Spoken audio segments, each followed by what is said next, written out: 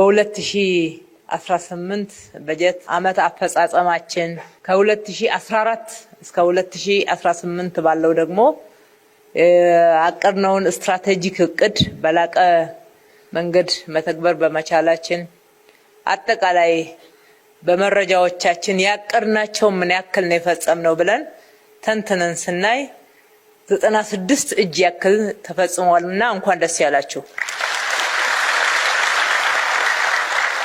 ይሄ በብዙ ውጣ ውረድ ውስጥ ታልፎ የተገኘ ውጤት ነው። ይሄንን ካልኩ በኋላ አጠቃላይ ስራችንን ሁሌ ስንገመግም በሚዛኑ ነው የምናየው።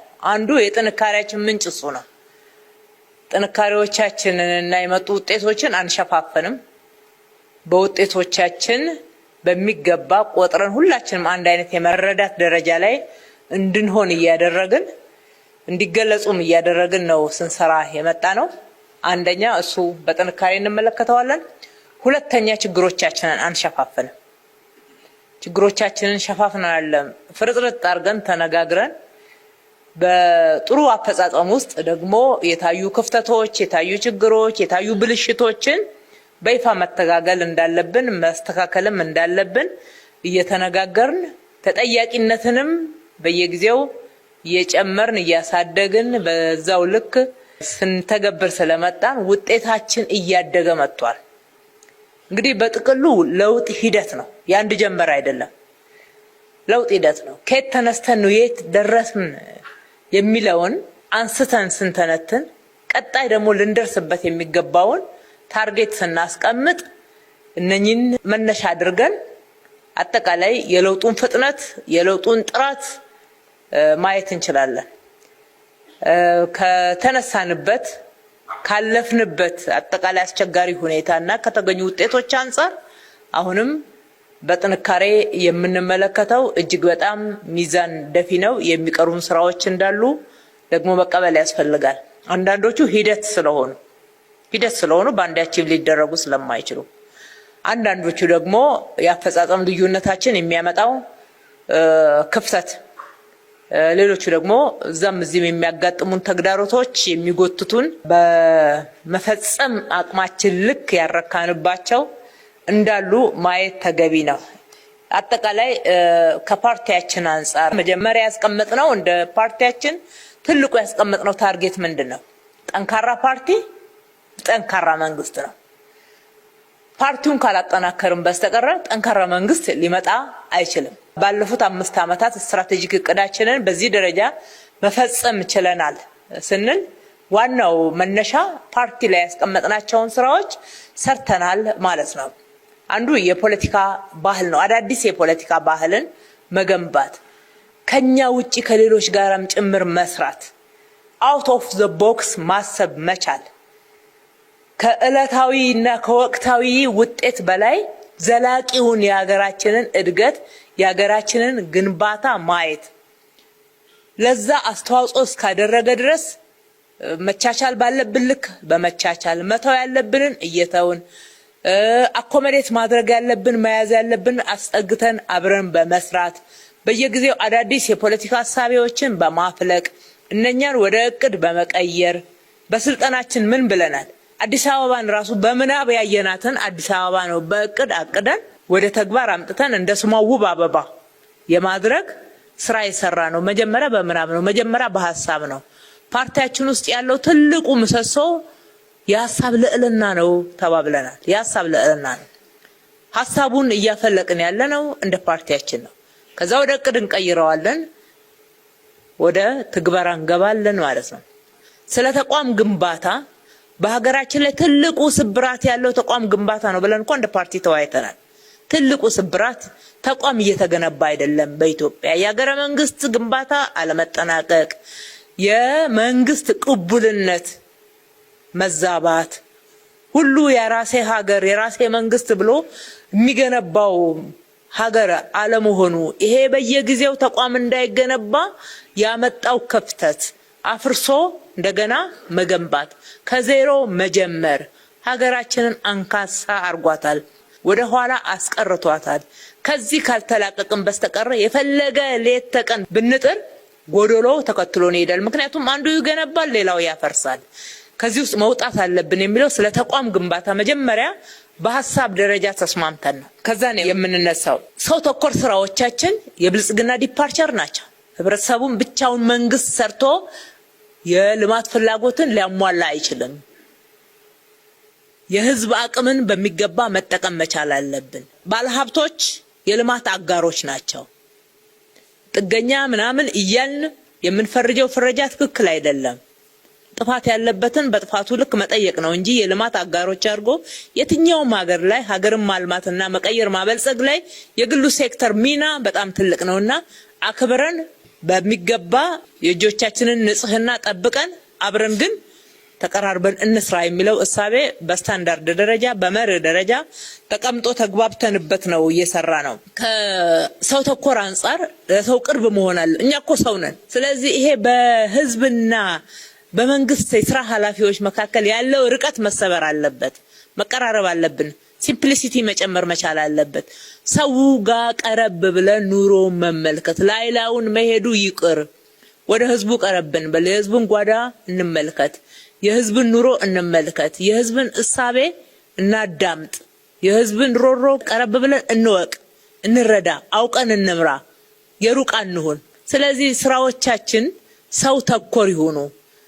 እያንዳንዱ ስራ ሲመዘን ምን ያክል በሰው ህይወት ላይ ለውጥ አመጣ፣ ሰውን ተጠቃሚ አድርጓል ወይ፣ ሰው ተረድቶታል ወይ፣ መለካዎቻችን አድርገን እንስራ ብለን ከተማሪዎች ምገባ ጀምረን የድሆችን ቤት መገንባት ድሆችን ጠጋ ብለን ኑሯቸውን ማዘመን ማሻሻል ቀረብ ማለት ቤተሰብ እስከ መምሰል ድረስ ቀረብ የምንለው የሰው ተኮር እሳቤዎቻችን እንድንላበሰው የሚያስፈልግ ባህሪያት ነው።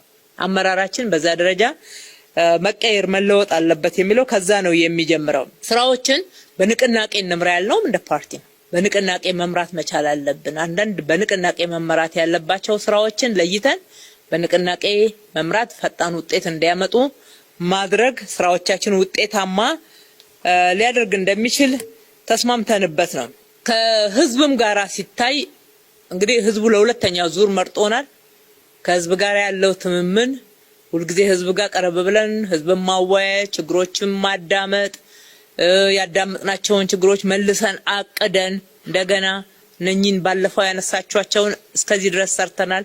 እነኚዎቹ ደግሞ ይቀሩናል። በዚህ ጉዳይ ደግሞ ተረዱን፣ በጋራ እንስራ እያልን ከህዝብ ጋራ የነበረን ግንኙነቶች በህዝብና በመንግስት መካከል ያለውን ትምምን እያሳደገ መጥቷል። እያደገ መጥቷል ማለት ነው። በጥቅሉ እነኚህን ጉዳዮች መነሻ ስናደርግ የፓርቲ ስራዎቻችን በጥንካሬ ልናያቸው የምንችላቸው በርካታ መመዘኛዎች አሉ። ከዛ አንፃር በትልቁ ፒክቸር መመልከት ነው። መናቅ ደግሞ የሌለበት ክፍተት ናቸው ተብሎ የተነሱትንም በሚዛኑ መታረም መቻል አለባቸው። ምክንያቱም ይሄ ለጤናማ የአመራር ግንባታችን ለጤናማና ለውጤታማነታችን ለጤናማ ግንኙነታችን እና ለዘላቂ ልማታችን በጣም ወሳኝ ስለሆኑ ማለት ነው። አንደኛ ትግል ችግሮችን መነጋገር ማለት ነው። እንደ ቀድሞ ስርዓት መጨቃጨቅ ማለት አይደለም። ያልነው እኮ ከባለፈው መልካም ነገሮችን ወሰድ እናዳብራለን፣ እናስቀጥላለን፣ ጎደሎዎችን እንሞላለን፣ ችግሮችን እናርማለን። በዛ መንገድ ነው ምንመራው ብለን ነው የተስማማ ነው። ይሄ ነው መርሃችንም። ይሄ እስከሆነ ድረስ አሁንም ችግሮችን ገና ከጅምሩ መነጋገር ሳያቆጠቁጡ እና ሳያድጉ እዛው በምልክቶች ለይቶ እንዲታረም ማድረግ ላይ መጠናከር መቻል አለብን ያላችሁ ትክክለኛ ኮንሰርን ነው። ለዚህ ደግሞ ስርዓት አለን፣ አሰራር አለን፣ አደረጃጀት አለን። ምንድነው የቸገረን? ተናግራችሁ ትክክል አይደለም ብላችሁ ታግላችሁ ተነሱ ከቦታችሁ። የእናንተ ቦታ ምን ይሰራል? ስርዓቱን ካልገነባ፣ ሲስተማችንን ካላጠናከረ፣ ህዝቡን ተጠቃሚነት የሚያጓድል ከሆነ ለግል ነው እንዴት ተሰጠን? ሁለተኛ ከአዝማሚያ አንፃር ለምንድን ወሬና አሉባልታ አዝማሚያ ብላችሁ የምትልኩት? ይሄ አይመጣንም እኮ እንደዚህ እያደገች ለውጥ እያመጣች ያለች ከተማ የራስን ፍላጎት ለራሳችሁ የምትፈልጉትን ነገር እንዲሆን የምትፈልጉትን ነገር አዝማሚያ እያላችሁ አትላኩብን። ይሄንን ስለምናውቅ ነው የጥቆማና የመልካም አስተዳደር ስርዓትን በመንግስት መስሪያ ቤት ውስጥ በጣም እያጠናከርን የመጣ ነው። አንዳንዴም በምስለ ተገልጋይ መንገድ ወረድ ብለን የምናጠናው ለዛ ነው። ስለዚህ አዝማሚያዎቻችን እውነትን የሚያወጡ ትክክለኛ ዝንባሌ ከውሸት ሪፖርት ጋር ነውር ነው ተባብለን የለ ዋሽቶ 2 እርምጃ መሄድ ይቻላል፣ ሶስተኛውን ግን አይደገምም። እውነተኛ ሆነን በሰራነው ልክ በሰራነው አግባብ በሰራነው መንገድ ተንትነን በየጊዜው አዳዲስ እድገቶችን ብናስመዘግብ ለራሳችንም አሻራ ነው። በየትኛው መድረክ ላይ በየትኛው መንገድ ቢገመገም ኦዲት ቢገባ ምን ቢል ደግሞ ኩራት ነው። እየተሳቀቃችሁ አትኖሩ። የሚዋሹ ሰዎች እንዴት እንደሚሳቀቁ እያየን ነው። በዚህ ተደረሰብን፣ በዚህ ተደረሰብን፣ በዚህ ፈረሰ አለፈልኝ ችኛው መድረክ ተነቃ ስጋት አይደለ እንዴ? ታች ነው ምንጩና አባካችሁን ከላይ ማስተካከል ያለብን ነገር እንደተጠበቀ እኔ በሚዛኑ እያወራው ያለው ከላይ ማስተካከል ያለብን ነገር እንደተጠበቀ ሆኖ ታች ላይ ያለውን ሁኔታ ክፍለ ከተሞች አስተካክሉ፣ ሴክተሮች አስተካክሉ፣ በተለይ ወረዳዎች አስተካክሉ፣ አርሙ። በእውነት ከሰራችሁና ከአቅማችሁ በላይ ቻሌንጅ ሆኖባችሁ ከሆነ እንረዳለን። በዛ ምክንያት የሚጎዳ የለም። ለጊዜው እንኳን ሳንረዳ ቀርተን ቢሆን ድጋሚ እናያለን። ተገቢ ባልሆነ መንገድ እኮ ተገምግመው ከኃላፊነት የተነሱ የታገዱ አመራሮችን እኮ የደረስንበት እኮ እየመለስን ነው ያለነው። አፕሪሼት አድርገን እየመለስን ነው ያለነው። ጠይቁ ወደ የክፍለ ከተሞች።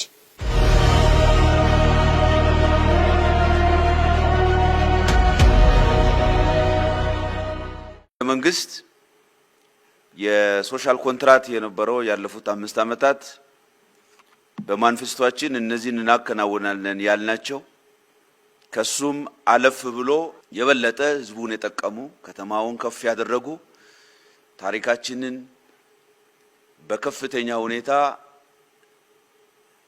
በዓለም መድረክ ያንጸባረቀበት እና ስኬታማ የሆነ የ5 ዓመት ጉዞ ነው ማለት ይቻላል። መረጃዎቹ ያንን ስለሚያመላክቱ ማለት ነው። የቀረቡ መረጃዎች፣ የቀረቡ ሪፖርቶች፣ የተጨባጭ ውጤቶች ያንን ያመለክታሉ። ህዝቡ ከተማ ውስጥም ይሄንን ይናገራል፣ ሚዲያውም ይሄንን ይናገራል ማለት ማህበራዊ ሚዲያውም ይሄንን ይናገራል።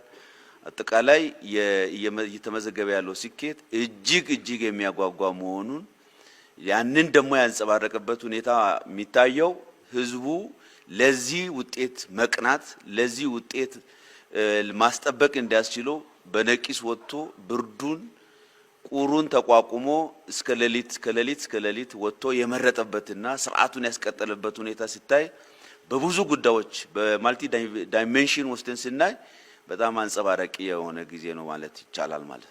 መጀመሪያም ከዚህ በፊት አዲስ አበባን የብልጽግና ተምሳሌት እናደርጋለን ስንል እያንዳንዱ ተቋም በአገር አቀፍ ደረጃ በሚኖሩ መድረኮች ወደ ኋላ የሚያስጠራ መሆን የለበትም። ሴክተሮች እንደ አዲስ አበባ በአገር አቀፍ ደረጃ በሚደረጉ መድረኮች አዲስ አበባ አንደኛ፣ አዲስ አበባ ሁለተኛ፣ አዲስ አበባ ሶስተኛ እንጂ አዲስ አበባ መጨረሻ 11ኛ 12ኛ የሚባል ነገር አናስተናግድም። እዚህ ከተማ ውስጥ የምንሰራው ስራ ተደምሮ በአጠቃላይ በአገር ደረጃ በሚኖሩ እንትኖቻችንም እነዚህ እንደ አንድ መወዳደሪያ አቅም የብልጽግናን ተምሳሌት እናደርጋለን የምንለው በእያንዳንዱ ሴክተር በሚያደርጋቸው እንቅስቃሴ ጭምር እየተለካ መሄድ አለበት ብለን ያስቀመጥናቸው ጉዳዮች ላይ በአብዛኛው ጉዳዮች በዛ መልኩ እየሄደ ያለበት ነገር አለ ማለት። ተቋሞቻችን እያደጉ አቅም እየፈጠሩ በጥሩ መልኩ ዴሊቨር ያደረጉ ውጤታማ የሆኑ ስራዎችን እየሰሩ በሚኖሩ መድረኮቻችንም የተሞክሮ የልምድ የመልካም ስራ ውጤት መሆን የቻለበት ሁኔታ አለ ማለት ነው። በአገር አቀፍ ትልልቅ መድረኮችም የአመራር በምሳሌነት የሚጠቀስ 24/7 በመስራት ከተማን በመቀየር ውጤት በማምጣት ሰው ተኮር በመሆኑ ስራዎችን በማከናወን ጭምር የሚገለጽ ነው ማለት ነው። ከዛ በተጨማሪም በተለያየ ጊዜ የሚመጡ የፌደራል ሱፐርቪዥን ቲም መጥቶ በሚያይባቸው ሁኔታዎች ላይ ምስክርነት መስጠት በዚህ ከተማ ላይ የተሰሩ ያሉ ስራዎች ምስክርነት መስጠት ጥሩ ስራ ነው፣ በጣም ውጤታማ ነው፣ አመራሩ የስራ ተነሳሽነቱ መልካም ነው የሚል እና በዛው ሂደት ውስጥ ደግሞ የሚስተዋሉ ጉድለቶችን በሚዛኑ የማስቀመጥ ሁኔታ አለ ማለት ነው። ከዚህ ወስደን ስናይ በእድገት ውስጥ እያለን ያለው ጉዳይ ነው ማለት በእድገት ውስጥ ያለው ጉዳይ ነው ማለት። ስለዚህ ሁለት ፈተናዎች አሉ ያልተሻገርናቸው። አንደኛው ፈተና የነበረው የወረስነው የተንከባለለው ፈተና ቻሌንጂንግ አለ። ይሄ ያስተሳሰብ ሊሆን ይችላል፣ ያመረካከ የጠራ ሐሳብ አጠቃላይ ከምናስበው ከህብረ ብሔራዊነታችን ጋር ብልሹ አሰራርን ከመጠየፍ ጋር ከጉበኝነት ከመሳሰሉ ጉዳዮች ጋር ከአገልግሎት አሰጣጣችን ጋር እነዚህ የመሳሰሉ ጉዳዮች አሁን ዛሬ የበቀሉ ሳይሆን አብሮ ማህበራዊ ቻሌንጂንግ ውስጥ የነበሩ አብሮ ወደኛ ውስጥ ያሉ ግን ደግሞ እየታገልናቸው ያሻሻልን ይመጣንባቸው አሉ። በአመራር ውስጥ የተፈጠረው ሲነርጂ በአመራር ውስጥ የተፈጠረው የዓላማ አንድነት ቀላል እድገት አይደለም። ዳርና ዳር ሆኖ የሚላጋ የነበረ አመራር በአብዛኛው ጉዳዮች ወደ ተቀራረበ አመለካከትና ረዳድ መጥቶ ተቋም ውስጥ ወረዳ ውስጥ ክፍለ ከተማ ውስጥ በሚመሰራበት ቢሮ ኤጀንሲ ውስጥ ውጤት የሚሸት ነገር ማምጣት ችሏል ማለት ነው። ከተቋም ግንባታ ጋር ተያይዞ የተነሳ ጉዳይ ፓርቲ አንዱ ከመታገያ ፕሮግራም ውስጥ ከጻፋቸው ጉዳዮች ውስጥ እንደ ሀገርም እንደ ፓርቲ ተቋም የመገንባት ጉዳይ ነው። ኢንስቲትዩሽን ለማህበረሰብ ቀጣይነት፣ ለሀገር ቀጣይነት፣ ለትውልድ ቀጣይነት አስተማማኝ ከሚባሉ ጉዳዮች ውስጥ ተቋም መገንባት ነው። ፓርቲያችን ከአንድ ትውልድ ወደ ሌላ ትውልድ እንዲሸጋገር ከተፈለገ ተቋም መገንባት አለበት። ተቋም ለመገንባት ደግሞ የሚያስፈልጉ ግብአቶች አሉ። ሰው ያስፈልገዋል፣ አሰራር ያስፈልገዋል፣ አደረጃጀት ያስፈልገዋል፣ ግብአት ያስፈልገዋል። እነዚህ ነገሮች ወስደን አንድ ላይ ያደረግን በአሰራር እየተመራ በሰው ኃይል በብቃት እየተመራ መሄድ መቻል አለበት ማለት ነው። ከዛ አኳያ አንዱ የአስተሳሰብ ግንባታ የአቅም ግንባታ ያላችሁት ማያቋርጥ የሀሳብ ፍሰት ጥራት ያለው በጣም የማያቋርጥ የሀሳብ ፍሰት የኛን አስተሳሰብ ካፒታላይዝ የሚያረጉ ከሁኔታዎቻችን ጋር የተመጋገቡ በአድማሳዊ ሁኔታዎች ብቻ ሳይሆን በእለት ተእለት ስራዎቻችን ጎስተን እንድናይ ከባቢያችንን የሚመስል አገራችንን የሚመስል ያንን ታሳቢ ያደረጉ ስልጠናዎች እየተሰጡ ነው በአገራችን መሪ ጭምር ማለት ነው። ይሄ ብዙ አቅም ፈጥሮልናል፣ ብዙ ሁኔታዎች ፈጥሮልናል።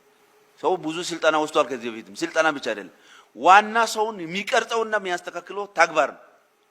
ሁሉ ጊዜ ጠዋትና ማታ ወይንም ደግሞ ዘወትር በሚያደርገው መውጣትና መውረድ የሚፈጥረው አቅም ነው። ሲሰራ የሚፈጥረው መሳሳት አቅም ይፈጥርለታል። ካልሰራ እና ዝም ብሎ ቁጭ ብሎ የሚተች ከሆነ አቅም አገኘ የፈለገ ነገር መጣ አቅም አገኘ የሚወርቅና የሚነሳ ሰው በጣም ሙሉ ይሆናል። ሐሳቡ አለው። ያ ደግሞ ሰውነቱ በመውጣትና በመውረዱት ይገራል፣ ይመጋገባሉ፣ ብቁ ያደርጋል፣ ብቁ አመራር ያደርጋል ማለት። በዚህ ምክንያት የአዲስ አበባ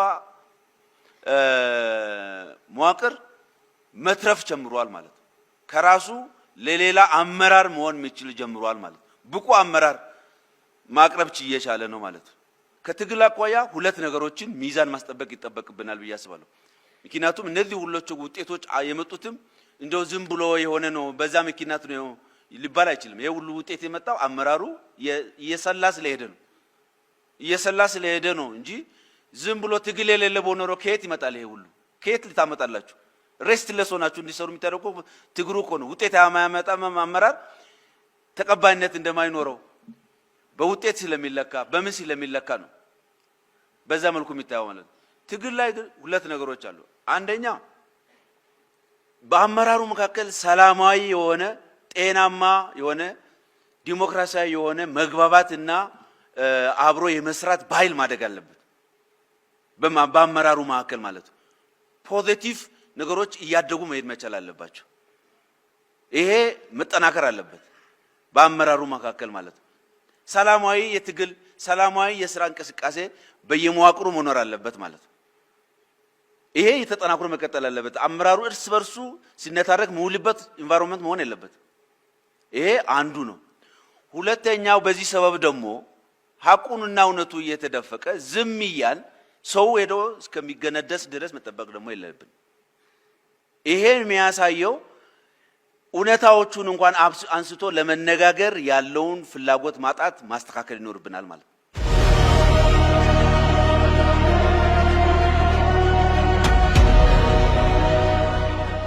ከግምገማው አንፃር ያነሳቸዋቸውን አንዳንድ ጉዳዮች እያነሳው አያይዤ አስተያየት ሰጥበታለሁ።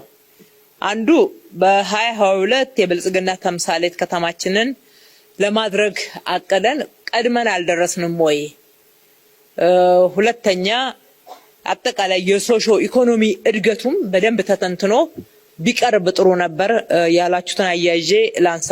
የመጀመሪያው ለአዲስ አበባ ያስቀመጥነው ርዕይና ለህዝባችን የገባነው ቃል አዲስ አበባን እንደ ስሟ ውብ አበባ እናደርጋታለን። ስሟና ግብሯ የተለያየች ከተማ እየተባለች አትኖርም። ስሟና ግብሯን የተጣጣመ እንዲሆን እናደርጋለን ያልነውን እንዴት ተገበር ነው የሚለውን በምንድነው መለኪያው ምንድነው በምንድነው የሚታየው የሚለውን አንድ ተግባቦት ደረጃ ላይ ነው። በቅድሚያ የመጀመሪያው ከተማዋ ስትወቀስበት የነበረው ትክክል ያልሆነው ጽዳት ነው።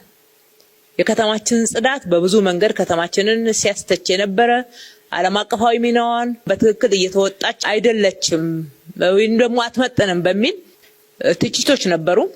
ከሁሉ በላይ ደግሞ በእኛ መመዘኛ ለነዋሪዎቿ ጤናማ የመኖሪያ አካባቢ ከመሆን ምቹ ከመሆን አንፃር በርካታ እጸጽ የነበረባት ናት። በተለይ በየዓመቱ ክረምት ሲመጣ ከተላላፊ በሽታ ከተማዋን ለመታደግ ህዝቡን ለመታደግ የሚደረገው አጠቃላይ እኮ ያመራሩ ሚና ስራው ሁሉ ወደዛ ይገለበጥ ነበር፣ ወደዛ ዘመቻ ይሄድ ነበር። በተላላፊ በሽታ ስሟ ይጠራ የነበረች ከተማ ናት። ጤናዎች ዳታውም ጭምር አላቸው ከየት ወዴት የሚለው። ስለዚህ ጽዳት ላይ በጣም ለውጥ አምጥተናል። ቆሻሻ አወጋገድ ስርዓት ላይ ለውጥ አምጥተናል። በተለይ በደረቅ ቆሻሻ አወጋገድ በዓለም አቀፍ መድረክ ጭምር ከ200 በላይ ከተማዎች ተወዳድረን ፈጣን ለውጥ እያመጣች ያለች ከተማ የሚል እውቅና አግኝተንበታል። የጋራ ስራችን ነው። ሁለተኛው ፍሳሽ አወጋገድ ነው። የፍሳሽ ስርዓት ፍሳሽ ቆሻሻ አወጋገድ ላይ ብሬክ ስሩ የሚባል ስራ ነው እየተሰራ ያለው። ከተማ ሊሆን የሚችለው የድሬኔጅ ሲስተሙ፣ የስዌሬጅ ሲስተሙ፣ ህዝብ የሚንቀሳቀስባቸው ክፍት ቦታዎች፣ የመንገዶች አገልግሎትን ለማሳለጥ የሚያስፈልጉ መሰረተ ልማቶች እና አገልግሎት ደግሞ መሳለጥ በዛ ውስጥ የቻለበት ሁኔታ ተመዝኖ ነው አንድ ከተማ የሚባለው ደረጃውን የጠበቀ ከተማ የሚባለው። ስለዚህ የፍሳሽ አወጋገድ ስርዓት አዲስ አበባ ላይ ትኩረት ካጡ ስራዎች ውስጥ አንዱ ነበረ። ትኩረት ሰጥተናል። ኢምቢሊየን ነው ኢንቨስት ያደረግነው የፍሳሽ አወጋገድ ስርዓት ላይ። ኢምቢሊየን ነው አሁንም ኢንቨስት እያደረግን ያለነው። ከአንድ የፍሳሽ ማጣሪያ ከአቃቂ ማለት ነው በስምም ይታወቃል። ዛሬ ወደ 46 የፍሳሽ ማጣሪያ አድርሰናል። ወንዝ ዳርቻ ላይ ጀመርናቸው ኤሌክትሮሜካኒካል ያልገባላቸውን ቀንሼ ነው የነን ማወራው። በብዙ ቢሊየን ኢንቨስት ካደረግንበት ከተማችን ጤናማ ለነዋሪዎቿ ምቹ ጤናማ የመኖሪያ አካባቢ እንድትሆን ጤናማ የመስሪያ ቦታ እንድትሆን ጠረኗ የሚመጥን እንዲሆን ማድረግ ላይ እውነቱን ለመናገር ብዙ ዋጋ ከፍለን ብዙዎች ለበሽታም ተዳርገው ታመውም ጭምር ያመጣነው ውጤት ነው። ሁለተኛው የአረንጓዴ ሽፋን ነው። ከተማችን ውብ አበባ ከማድረግና የከተሜነት መለኪያን በደረጃው በተፈለገው ስታንዳርድ ማሟላት የሚለካበት ውብ አረንጓዴ ጽዱ ከተማ አይደለም የሚባለው። ልክ እንደተለምዶ እኮ እናቀዋለን እኮ ፒላሩን አተነው አይደለም፣ ትግበራው ላይ ነው የተጓደለው። የለውጡ ዋዜማ ላይ የአዲስ አበባ የአረንጓዴ ሽፋን 2.8 እጅ ላይ ደርሶ ነበረ። አዲስ አበባ እኮ መሰረቷ አረንጓዴ የነበረች ከተማ ናት። አረንጓዴ በብዙ ደኖች የተከበበች ድሩ ጫካዎች ያሏት ወደ 76 ኮለል ያለ ንጹህ ውሃ የሚፈስባት የነበረ ወንዞች ያሏት ከተማ ነበረች። ሰውን ያበላሻው አሁን ሰው ያበላሻው ነው ሰው እያስተካከለው ያለው። ስለዚህ የአረንጓዴ ሽፋንን ከ2.8 እጅ አሁን 24 እስከ ተለካው ድረስ ብቻ ነው የማወራው። በዚህ አመት ሲለካ እርግጠኛ ነኝ ከዚህ በላይ ብዙ ያደገ እንደሚሆን። ከ2.8 24 እጅ ላይ ማድረስ ችለናል። ይሄ ቤዚክ ቼንጅ ነው። ሶስተኛ ወንዞቻችን ከብክለት ነፃ ወደ ማድረግ ከወንዞቻችን የሚነሳው ብክለት ብዙ ቤት ገብቶ በጣም ለማይድኑ በሽታዎች ጭምር መዳረግ የቻለ ነበር። ህዝባችን ሳይታወቅ ብዙ ሰፈር ሲያደርግባቸው የነበሩ ችግሮች ምንጩ ከወንዞቻችን የሚነሳ ነው። አላዳረስንም፣ ገና 50% አልደረስንም። ነገር ግን መስራት እንደምንችል ትላልቆቹ ላይ በድፍረት ገብተን በድፍረት ለውጥ አምጥተናል። ባለፈው አንስተንላቸዋል። አሁን ከእንጦጦ ተነስቶ ወደዚህ ወደ ወንድማማች ፒኮክ የሚወርደውን ወንዝ ስናየው ተለምኖ እርዳታ ተገኝቶ በዓለም ታዋቂ ለሆኑ የውጭ ኮንትራክተር ተሰጥቶ በ5 ዓመት ውስጥ 2 ኪሎ ሜትር ነው። ለዛውም ወንዝ ዳርቻን እና አካባቢን አልተሰራም።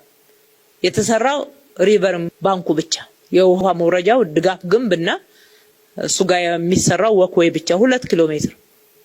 አሁን እኛ 59 ኪሎ ሜትር የደረስነው እኮ በ1 ዓመት ተኩል ነው።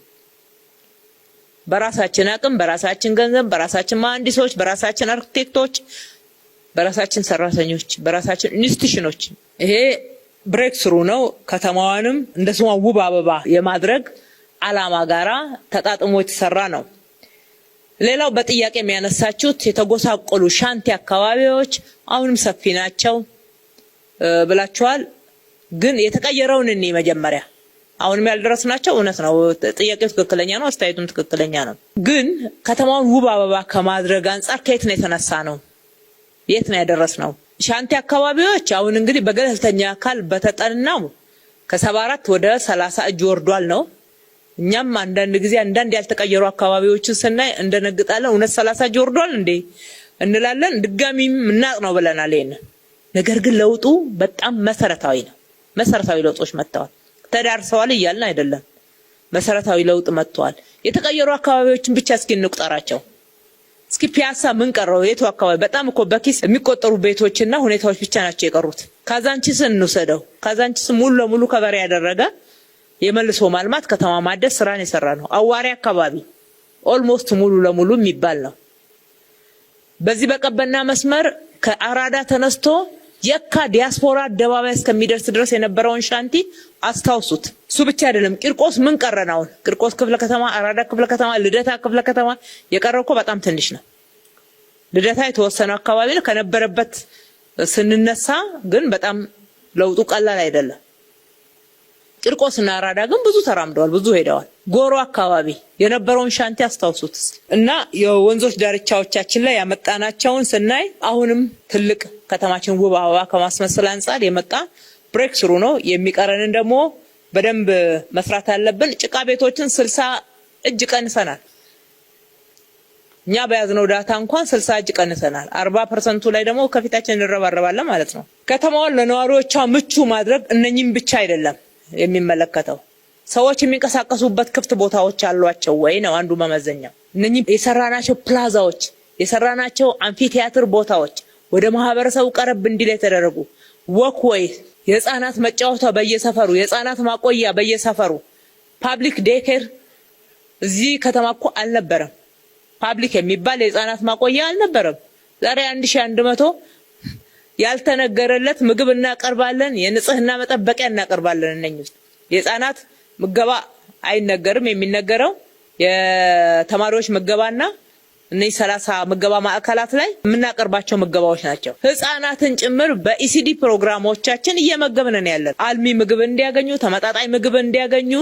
ይሄ እስከ 3 ዓመት ድረስ ያለው ሙሉ የአእምሮ እድገት የሚባለው ለእናንተም ስልጠና ከሰጠን በኋላ አጠቃላይ አመራራችንም ዕውቀት ከጨበጠ በኋላ ለወላጆች አልተውነውም ማለት ነው። በተለይ የህዝብ ዴኬር ወይም ደግሞ የህፃናት ማቆያ የሚባሉት አብዛኛው ዝቅተኛ ገቢ ያላቸው ማህበረሰቦች ስለሆኑ የሚጠቀሙበት እሱን መሰረት አድርገን ሰርተናል ማለት ነው።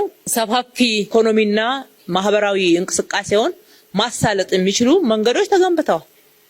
ከተማዋን ምቹ ማድረግ እነኚህ ናቸው። ጨለማ የነበሩ ጎዳናዎችና አካባቢዎች በርተዋል። አሁን ጨለማ ተብላ ትጠራ የነበረች ከተማችን ዛሬ ከነማ እንደሚያወዳድሯት እንግዲህ በየሶሻል ሚዲያው እየሰማችሁ ነው። የግብይት ስርዓት ለማህበረሰቡ ቀረብ በማለት የስፖርት ሰው አካላዊ እንቅስቃሴ የሚያደርግባቸው የጤና አገልግሎቶች፣ የትምህርት አገልግሎቶች እነኚህ ሁሉ ተደምረው ነው ከተማችንን እንደ ስሟ ውብ አበባ አድርገናታል እያልን ያለ ነው። ከሁሉ በላይ ደግሞ ሰላማዊ ከተማ፣ ሰላሟ ቀጣይነት ያለው ከተማ መሆኗ መመዘኛ ውስጥ ነው ያለው። ሰው እንደ ልቡ ሌሊትም ቀንም የሚንቀሳቀስባት ከተማ ናት። የከተማዋን ስታንዳርዳይዜሽን ስንል በቀለም፣ በፋሳድ፣ መነቃቃት ከተማችን ላይ በከፍተኛ ሁኔታ ተፈጥሯል። ከ10,000 በላይ ህንጻዎችና ቤቶች አድሰናል። ምን እንፈልጋለን ከዚህ በላይ? ሰው ፊት ላይ የሚነበበውን በየቦታው ላይ እየተንቀሳቀሳችሁ እዩ። ማንም ኦርጋናይዝ ሳያረጋቸው ኦርጋናይዝ አድርገው ኢቨንት ይፈጥራሉ። እዚህ አድዋ ላይ ነው ልጆች ከዛ ከገጠርም ከዚህ ከከተማም ከየቦታው የማይተዋወቁ ሰብሰብ ብለው ይሄንን ፕላዛ ሞልተው ራሳቸው ኢቨንት ይፈጥራሉ። እኔ በግሌ ደስታዬን ልነግራችሁ አልችልም። አራዳ ፓርክ ላይ ሄዱ። ማንም ኢቨንት ኦርጋናይዝ ያደረገ ሰው ሳይኖር ሳይክል የሚነዱ ልጆች ተቀጣጥረው በማስ 30 40 50 ሆነው ከመቀጠያ ይነሱና በፒኮክ አድርገው በሰላም መንገድ ይወጣሉ። ብዙ ጊዜዎች ነው ያጋጠመን። ተቆርቆሩና እንደ ከተማ መሪ ወረድ ብላችሁ እዩ። ይሄንን ጆሮአችሁን ከፈት አይኖቻችሁን ገለጥ አድርጋችሁ ተመልከቱ። የምንሰራው ይሄ እንዲመጣ ስለሆነ ሰሞኑን ቀበና ከተከፈተበት ጊዜ ጀምሮ ማን ኦርጋናይዝ እያደረጋቸው ነው እንደዛ አይነት ጨዋታዎችን የሚጫወቱት? ማን ነው ኢቨንት ኦርጋናይዘሩ? የማህበረሰቡ መካከል ያለው ኢንተራክሽን በእድሜ አዛውንቶች በየቦታው አረፍ እያሉ ሲወያዩ ሲጨዋወቱ ስታዩ በአጠቃላይ የከተማችን አጠቃላይ ለውጥ ከስራ ዕድል አንፃርም ከተማዋን ምቹ ማድረግ ዜጎች ሰርተው ገቢ የሚያገኙባት ከተማ ማድረግ ላይ በጣም ለውጥ አምጥተናል። በእነኚህ ለውጥ አመታቶች 2.2 ሚሊዮን እኮ ትልቅ ቁጥር ነው። አንድ ወቅት ላይ የከተማው ህዝብ ቁጥር እኮ የነበረን እነኚህ ሁሉ ደምረን ነው ከተማዋን ለነዋሪዎቿ ምቹ የማድረግ እንደስማ ውብ አበባ የማድረግ የምንለው። ከሰው ነጥለን ኢንፍራስትራክቸሩን ብቻ አይደለም የሰውን የየዕለት ገቢና የኑሮ ምቹነት ብቻ ደግሞ አጠቃላይ ከከተማዋ መሰረተ ልማትና መጽዳት ማማር መዋብ ደግሞ ነጥለን አይደለም አንድ ላይ በሚዛኑ ነው እያወራን ያለነው። ስለዚህ እነኚህን ወሳኝ ስራዎች ሰርተናል ማለት ከተማችን የብልጽግና ተምሳሌት ሆናለች ማለት ነው ወይ? የብልጽግና ተምሳሌት ግባችን ላይ ደርሰናል ወይ ከተባለ አይደለም፣ ገና ነው። አይደለም ራሱ ሻንቲውን ከወሰድን እኮ አሁን የተጠናውን ጥናት እንኳን እንውሰድ ከተባለ ገና 30 እጅ ይቀረናል። የሰውን አኗኗር እና ኑሮውን የኑሮ ውድነቱን ሁሉም ተጠቃሚ እንዲሆን ከማድረግ አንፃር መድረስ ያልቻልናቸው አሁንም ቀላል አይደለም። ስለዚህ 4 አመት የብልጽግና ተምሳሌት ለማድረግ በደንብ ታጥቀን አውቀን ተደጋግፈን ተቀናይተን ተናበን 24/7 ይቀጥላል ማለት ነው። በዛ መልኩ ነው የምንሰራው። ከሶሺዮ ኢኮኖሚክ ዳታ ትንተና አንፃር ጀምሯል ፕላን ኮሚሽን አለ። ነገር ግን ደግሞ የሚቀጥለው ስትራቴጂክ ፕላን እየታቀደ ስለሆነ የ5 አመቱ እሱ ላይ እንወያይበታለን ስለምናቀርብላችሁ እሱ ልለፈው። ሁለተኛው ከኑሮ ውድነት አንፃር ያነሳችሁት ነው። ኑሮ ውድነት ላይ በርካታ ስራዎችን ሰርተናል፣ ጥረት አድርገናል። አሁንም ኑሮ ውድነት አለ። ምን እናድርግ? ይሄ በጣም ጥሩ ጭንቀት ነው። ምን እናድርግ? ሁሉ ጊዜ ምን እናድርግ? ምን እንጨምር እያልን እየጠየቅን ከሰራን በጣም ጤናማነት ነው።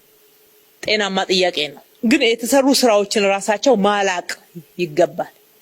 አዳዲስ ምን እንፍጠር ብቻ ሳይሆን የተሰሩ ስራዎችን አንደኛ አሁን ዋናው ኑሮ ውድነቱን ሀገር አቀፍ ሁኔታ ብቻ ሳይሆን ዓለም አቀፍ ሁኔታዎችም ስላሉት በማምረት ለማቋቋም እንስራ ብለናል። ተኪ ምርቶችን እናምርት። ከውጪ የሚገቡ እነኚህ ዋጋ ንረት ምክንያት የሚሆኑም የምርት አይነቶችን እየቀነስን ተኪ ምርቶችን እያመረትን፣ ሁለተኛ ደግሞ ሚላኩ ምርቶችን እያመረትን የውጪ ምንዛሬንም እያሳደግን እንስራ ብለናል። ይሄንን ማላቅ ነው መስራት ነው። የአዲስ አበባ ኢንዱስትሪዎች ከዚህ በላይ ማምረት ይችላሉ፣ ይገባቸዋልም። በርካታ መሬት ያስተናገድናቸው አሉ። በተሟላ ሁኔታ ወደ ስራ አልገቡም። ተከታትለን ደግፈን አሳስበን ወደ ስራ እንዲገቡና የማምረት አቅማቸውን ከዚህ በላይ እንዲጨምሩ ማድረግ ያስፈልጋል ማለት ነው። ሁለተኛው በአምስቱም የአዲስ አበባ መግቢያ በሮች ላይ የገበያ ማዕከላትን እንገንባ ብለን 5 ነበር ያቀርነው፣ 7 አድርሰናል። ሁሉንም በተሟላ ሁኔታ በሙሉ አቅማቸው እንዲሰሩ እናድርግ። እዛ ጋር የሚባከን አቅም የሚባከን ሀብት አይኖር። የደላላን ሰንሰለት በጣጥሰናል። ምርት ከመላው የኢትዮጵያ አካባቢዎች በተለይ ግብርና እና የሰብል ምርቶች ከሁሉም የኢትዮጵያ አካባቢ ነው የሚመጣው። እዛ ላይ የደላላ እጅ እንደሌለ እርግጠኛ መሆን ችለናል። ነገር ግን ሁሉንም የገበያ ጅምላ ማከፋፈያዎችንም የችርቻሮ ሱቆችንም እዛ ጋር የፈጠርናቸውን ፋሲሊቲ በሙሉ አቅም ወደ ስራ እንዲገቡ ማድረግና ማሰራት ጎን ለጎን ደግሞ ህዝቡ እነኚህን ገበያ ማዕከላቶች በደንብ እንዲያቅና እንዲጠቀምበት ማድረግ የትራንስፖርት ስርዓቱን ከዚህ ጋር ፍሰቱን በጣም ስሙዝ ማድረግና ምቹ ማድረግ ተሳስሮ መስራት ያስፈልጋል ማለት ነው። ሌላው የእሁድ ቅዳሜ ገበያዎች ነው። የሰንበት ገበያዎችን ወደ ህዝብ አቅርበናል። ጥሩ ለውጥ አምጥተንበታል። 259 ያደርሰናል። አሁንም እናስፋ ግድ የለም። ኢንስቲትዩሽኖች አሉ። እሁድ ቅዳሜ መሻሻጥና መገበያየት ስርዓት ልንፈጽምባቸው የምንችሉ አካባቢዎች አሁንም ምርት የሚያመጡ አካላትን ወደ ከተማ እንሳብ። አሁንም ዋጋው ስታንዳርዳይዝ እንዲሆን ቁጥጥሩ እውነተኛ ለውጥ እያመጣ ያለ ቁጥጥር ነው። እውነቱን ለመናገር እውቅና መስጠት ያስፈልጋል። ነገር ግን ክፍተት ደግሞ አሉ። በተለይ ወደ ሰፈር ውስጥ ገባ ያሉት ላይ ልክ ተቆጣጣሪዎች ሲሄዱ የሚሸጥበት ዋጋና ዞር ሲባል የሚሸጥበት ዋጋ አሁንም ልዩነቶች አሉ። እዩ የሚለው ማህበረሰቡን ማሳተፍ ነው። በከተማው ውስጥ የማምረትን አቅም ማሳደግ ነው። የሌማት ትሩፋት ብለን የሰራነው ስራ ከተማ ማምረት አይችልም፣ ከተማ ሸማች ብቻ ነው የሚለውን አመለካከት ጭምር ያረቀ ነው። ግን ከዛ ባለፈ አሁንም በጀመርነው መርካት ሳይሆን ከዛ በላይ ማምረት ይቻላል። ቨርቲካል ፋርሚንግን በጥሩ ሁኔታ ጀምረው ለምን አቀዛቀዝ ነው። ከተማ ግብርና ተጠቃሚ ፋሚሊ በየጊዜው በጣም እየጨመረ ነው መሄድ ያለበት። ጥቅሙን ያገኙ ለራሳቸው ሲሉ ነክሰው ይዘውታል። አሁን የዶሮ እንቁላል ላይ እንደዚህ አይነት ለውጥ የመጣው በጣም ማህበረሰቡ ተሳትፎ ስለሰራ ነው።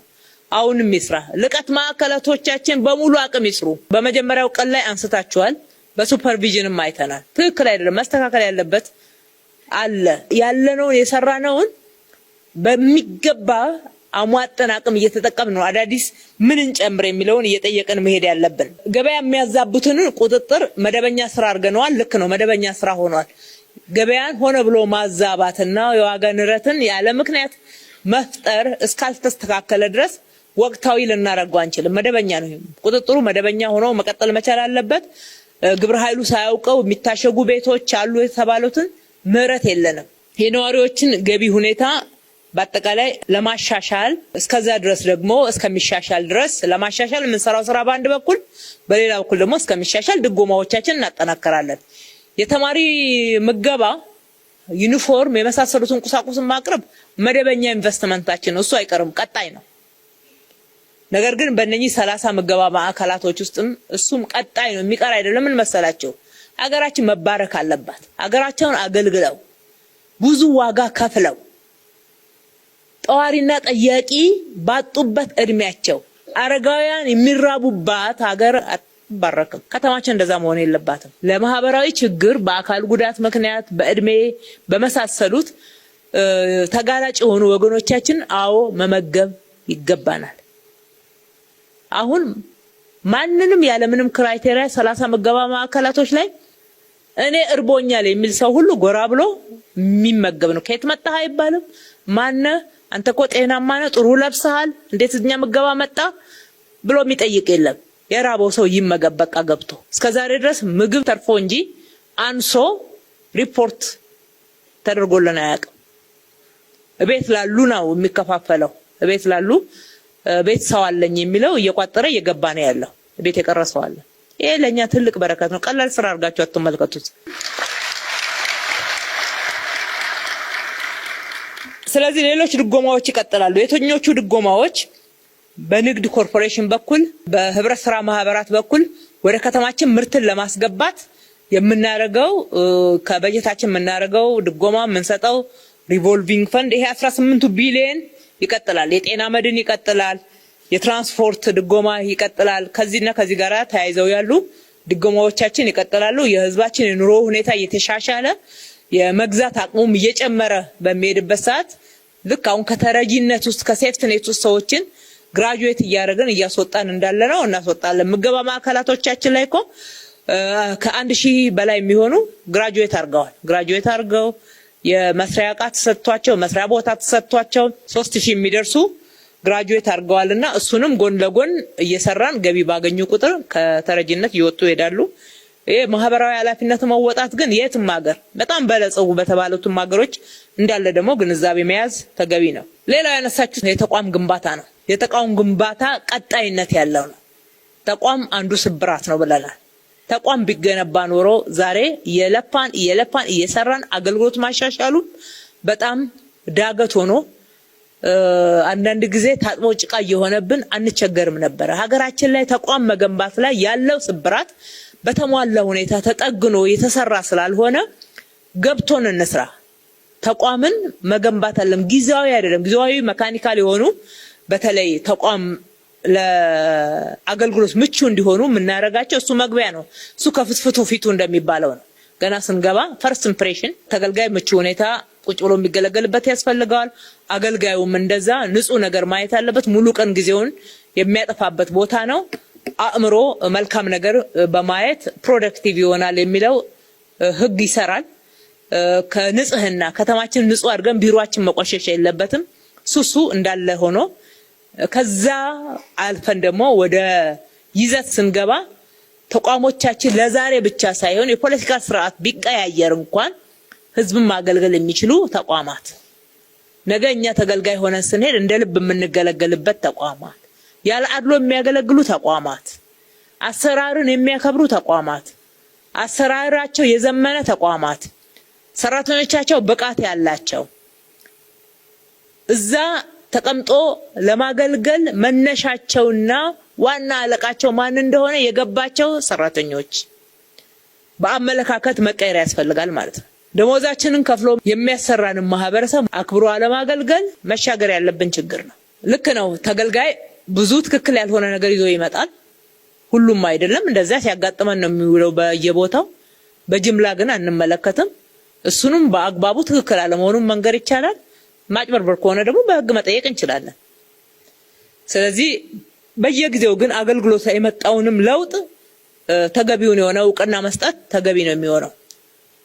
ተቋሞቻችንን ገንባ ብለን አደረጃጀት በየጊዜው እያረቅን እያስተካከልን በዛው ልክ አሰራርን እያዘመንን ወደ ቴክኖሎጂ አገልግሎት የገቡ ወደ 392 የሚደርሱ አገልግሎት አይነቶችን የማዘመን ቴክኖሎጂ ላይ ኢንቨስት ያደረግነው ኢንቨስትመንት ሰው ኃይላችንን ፈተና እየሰጠን ደንገጥ ብሎ ሁሉ ጊዜ ይሄ እንደፈለገ የሚቀመጥበት ቦታ አለመሆኑ እንዲገባው ተፈትኖ ጥሩ ውጤት ያመጣው ጥሩ ምደባ እንዲያገኝና ስራና ሰራተኛ ከሙያው አንፃር እንዲገናኝ ያደረግንበት፣ በሌላ በኩል ደግሞ ደከም ያለው የበለጠ የስራ ላይ ስልጠና ማነቃቂያ እየሆነው ወደ ስራ እንዲገባ ያደረግነበት አካሄድ አጠቃላይ ተቋምን ለመገንባት አስተዋጽኦ የሚያደርጉ ናቸው።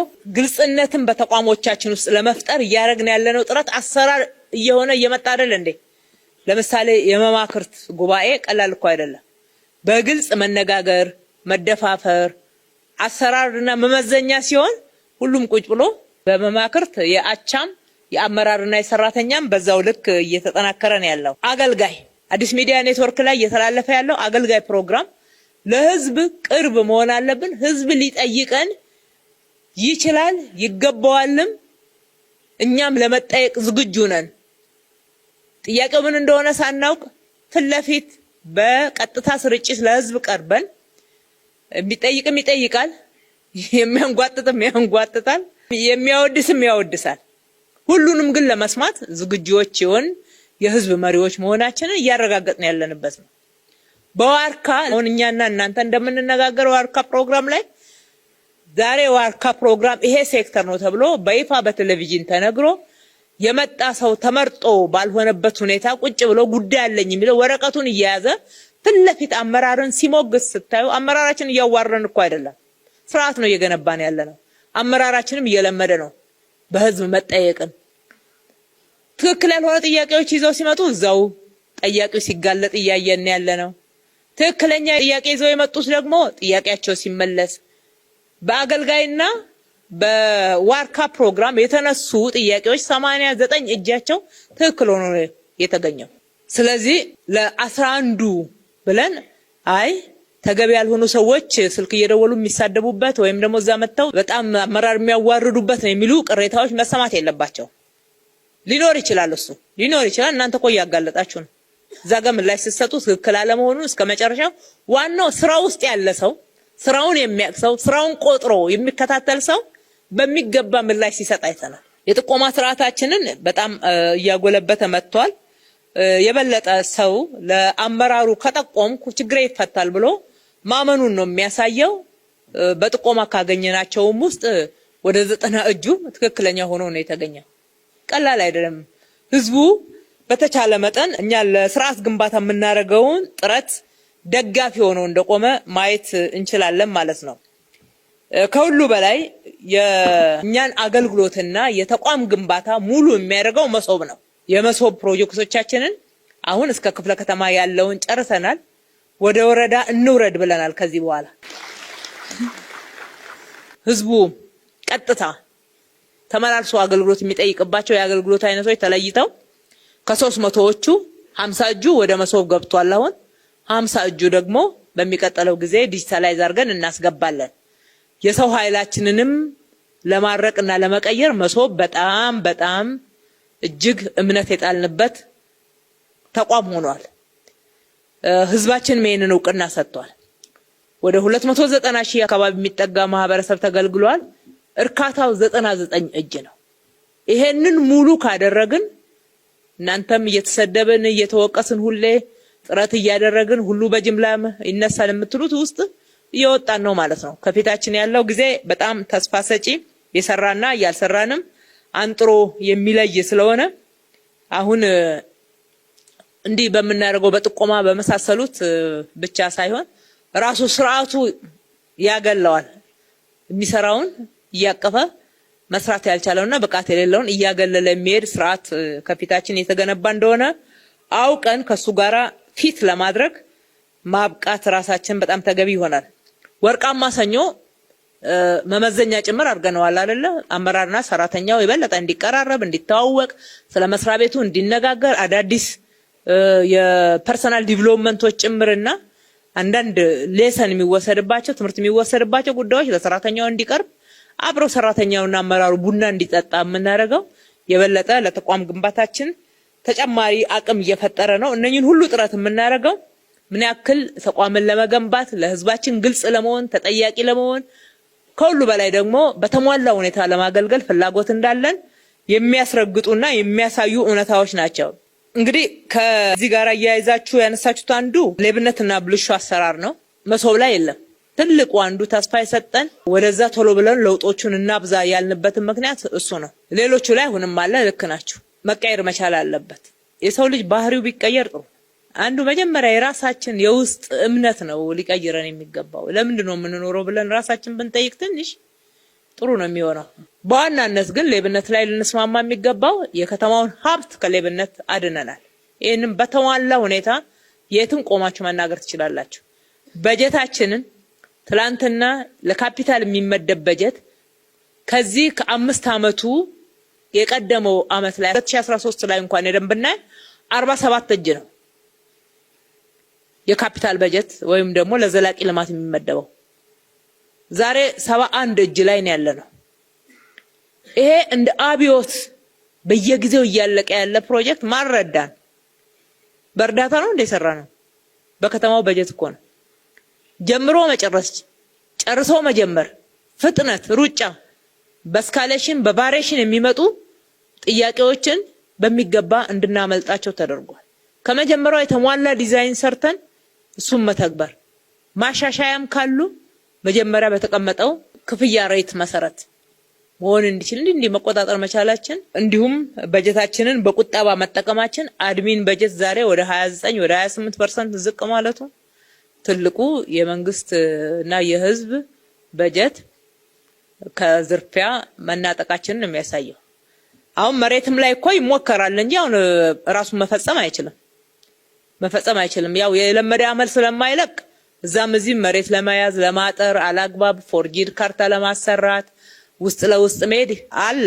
አንዱ ራስ ምታት ነው። ግን የደረስንበት እየተያዘ ነው። አየር ባየር መሬት የገዛም እየከሰረ ነው ገንዘቡ። ብዙዎችን አምክነን ወደ መሬት ባንክ መልሰናል። የካቢኔ ውሳኔ ያላረፈበት መሬት በየትኛው መንገድ ሊገኝ የሚችለው አንድ ይሄ ሰነድ አልባ ነው። ሁለተኛው የአርሶ አደር የሚለው መነሻ ነው። ሁለቱ ውስጥ አሁንም ተግዳሮት አለብን። አሁን ሰነድ አልባን ቆጠራውን እየጨረስን ነው። ከዚህ በፊት ሰነድ አልባ ነው ተብሎ ካርታ የተሰራባቸው እየወጡ ነው። ሁለተኛው አሁን ያሉ ሰነድ አልባ ቤቶች የት ነው ያሉት እንዴት ነው ያሉት የሚለውን ከአየር ካርታ ጋራ ማስተያየት የመሳሰሉት ሊቀረው ይችላል። ነገር ግን አትሊስት ሰነድ አልባ ተብለው የሚፈረጁ ማህበረሰብ ውስጥ የቱ ጋር አሉ በየክፍለ ከተማው የሚለውን ከኛ መዋቅር ውጪ ሄደንበታል። የአርሶ አደርን መሬት እንደዚሁ ከአርሶ አደር ጋር አንስታችሁ አንደኛ አርሶ አደሩ ራሱ ተጠቃሚ እንዲሆን የሰራነው ስራ ቀላል አይደለም። ከ19000 በላይ ካርታቸውን አግኝተዋል። እዛ ውስጥ የተቀላቀለ የለም ወይ ልክ እንደ ሰነድ አልባው ይዩት። ከዛ ውጪ ግን አሁን የአርሶ አደር ካርታ ፕሪንት የተደረገ አይደለም እየልባችሁ ክፍለ ከተሞች ያነሳችሁትን ጤናማ ያልሆነ ነገር ስላገኘን እሷን ማጣራት እንደገና እስከምንጨርስ ድረስ አሁንም አትጠብቁ። ኢንቨስትመንት አርሶ አደር እንዲገባ ለማድረግ የተጠየቁ አዳዲስ ጥያቄዎች ካሉ ይስተናገዳሉ፣ እንዲሰራ ነው የሚፈልገው። ነባሩ የተጠየቁ ጥያቄዎች ግን ምላሽ አግኝተዋል። በጥቅሉ እነኚህን አንድ ላይ አሁንም ችግር የሚታይባቸው እንደ ግንባታ ፍቃድ አሰጣጥ ከመሬት ይዞታ ጋር ተያይዞ ያለውን ንግድም ላይ አልፎ የምናየው ገቢዎች አካባቢ የምናየውን እነኚህን ለማድረቅ አሁንም ጥርሳችንን ነክሰን ወገባችንን ታጥቀን እንሰራለን። በሚቀጥለው በጀት ዓመት ደግሞ ሁሉም ህዝብ አገልግሎት የሚጠይቅባቸው አገልግሎቶች መሶብ ውስጥ እናገኛቸዋለን። ትልቅ የአገልግሎት ሽግግር ይሆናል። ከሁሉ በላይ ተቋም ይገነባል። ተቋም ከአመራር ብቃት፣ ከአመራር ሩጫ፣ ከአመራር የየዕለት ግፊት ጋር የሚያያዝ ሳይሆን ተቋም ራሱ ተገንብቶ ሲስተሙ ጠንካራው ነው የሚያገለግል።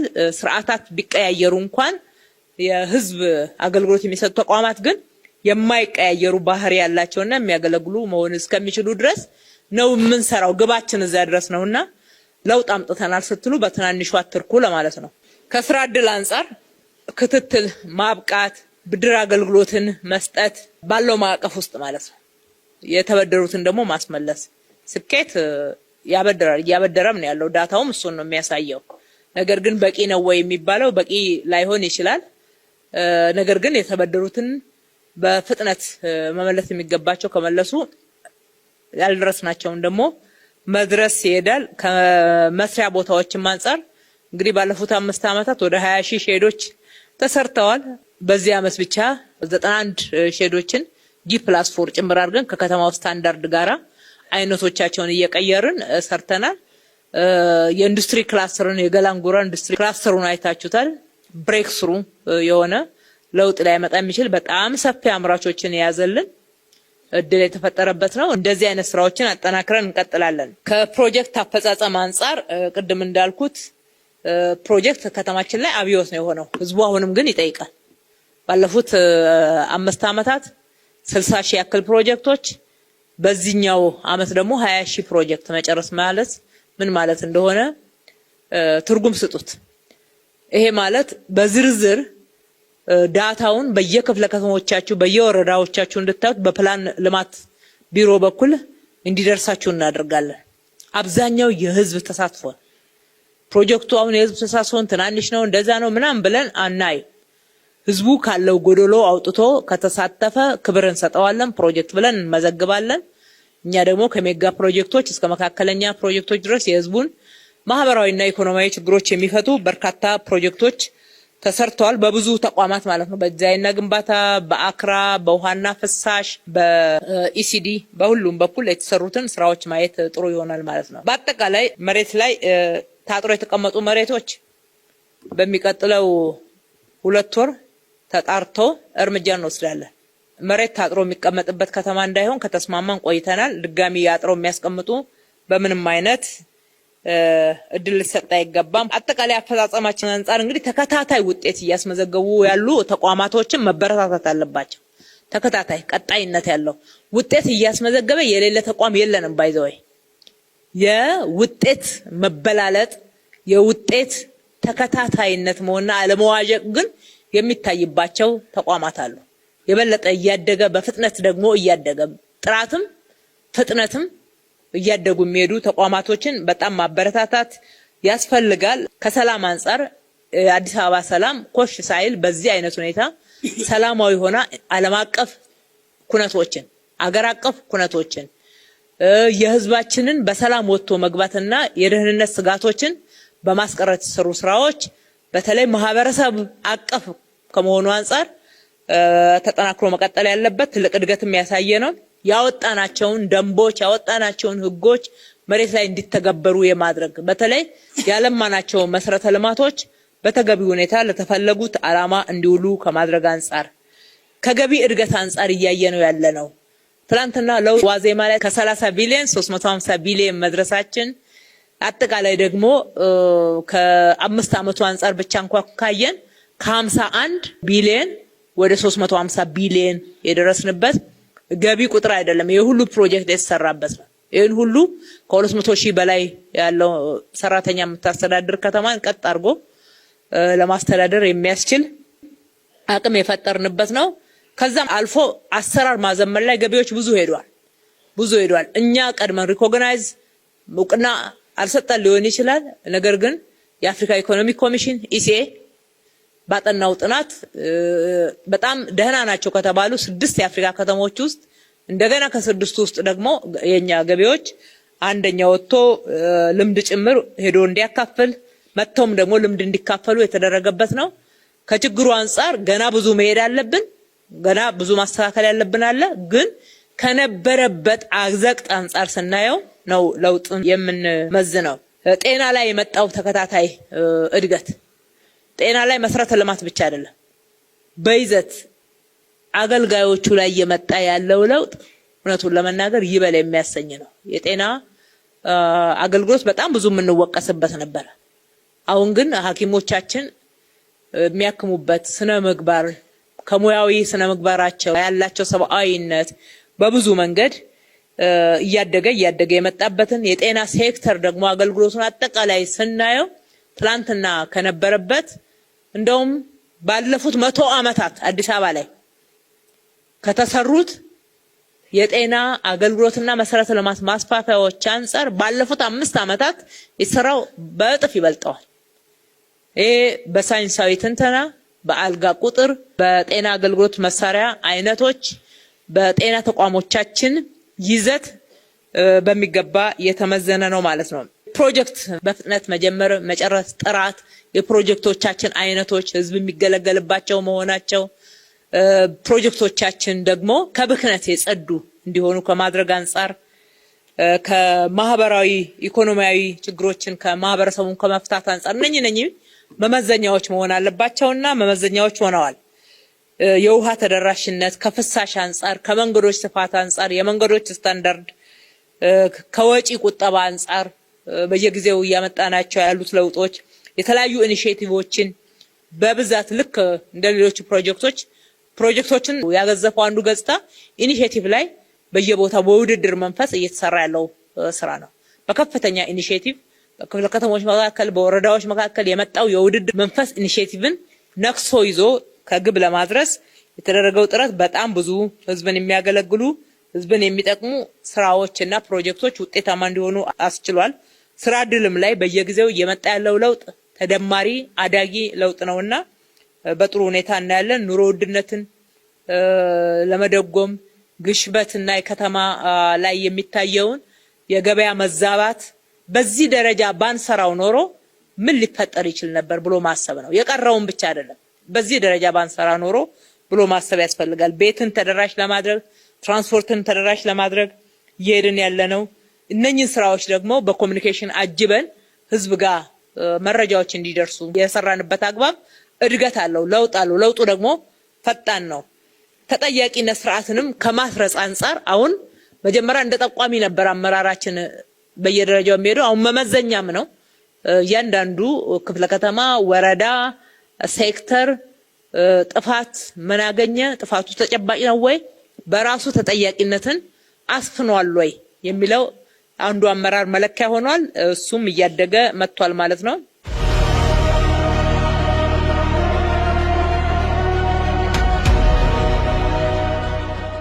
ከ5 ዓመት በፊት 2014 በፊት ማለት ነው የአዲስ አበባ አመራር እንደዚህ አይነት የሰክሰስ ግምገማዎች ወይም ደግሞ የውጤታማነት ግምገማዎች ከማድረግ አንፃር ብዙ ፈተናዎች የነበሩበት እንደነበረ የቆያቸው አመራሮች ታስታውሳላችሁ። በተለይ ከተማው ያስገኛቸው ስኬታማ ስራዎች ምንድናቸው ብሎ በመቁጠር እና እነሱን ይዞ ለተጨማሪ ትጋት፣ ለተጨማሪ ስራ፣ ለተጨማሪ ውጤታማነት ከመሄድ ይልቅ ብዙ መጓተቶች የነበሩበት እንደመጣን አካባቢ ማስታውሳለሁ። አንዳንድ ስራዎችን ስንጀምር ለምን የራሳችሁን አትጀምሩም በተጀመረ ላይ ለምን ትቀጥላላችሁ የሚባልበት ሁኔታ እንደነበር እናስታውሳለን። ያው የቆዩ አመራሮች ታስታውሳላችሁ የነበረውን ሁኔታ ፕሮጀክት የመጀመር ሳይሆን ፕሮጀክት ለመጀመር እንኳን ብዙ ፈታኝ ሁኔታዎች እንደነበሩ እናስታውሳለንና ከመደመር ፐርስፔክቲቭም የተጀመሩትን ስራዎች ማስቀጠል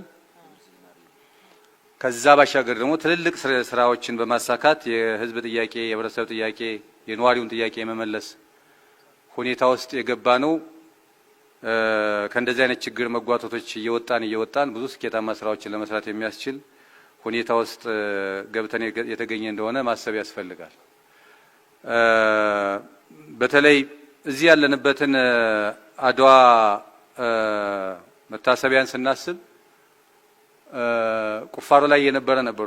ወደዚህ አመራርነት ስንመጣ አብዛኞቻችን ማለት ይቻላል በኋላ የተቀላቀላችሁ ልትሆኑ ትችላላችሁ። ከዚህ ፕሮጀክት የተማርንባቸው ትልልቅ ስራዎች ስለነበሩ ቀጥለን ብዙ ፕሮጀክቶች እንድናሳካ እድል የፈጠረበትን ሁኔታ ስናስታውስ የተጀመረ ማስቀጠል፣ አዳዲስ መጀመር፣ የጀመሩትን ማጠናቀቅ በሚል ትናንት የቀረበውን እንዲሁ ዝም ብለን ለእንትን ሳይሆን በተለያዩ ስትሪሞች በተለያዩ ዲፓርትመንቶች ወስደን ማየት ይጠቅማል ብዬ አስባለሁ። ከዚያ አኳያ በየደረጃው የነበሩትን መሳሳቦች አስወግደን የአመራር ውህደት በመፍጠር ተቋማዊ አቅም ግንባታን በማጠናከር የተገኙ ስኬቶች አሉ። ስኬቶቻችን ደግሞ ሁለንተናዊ ናቸው።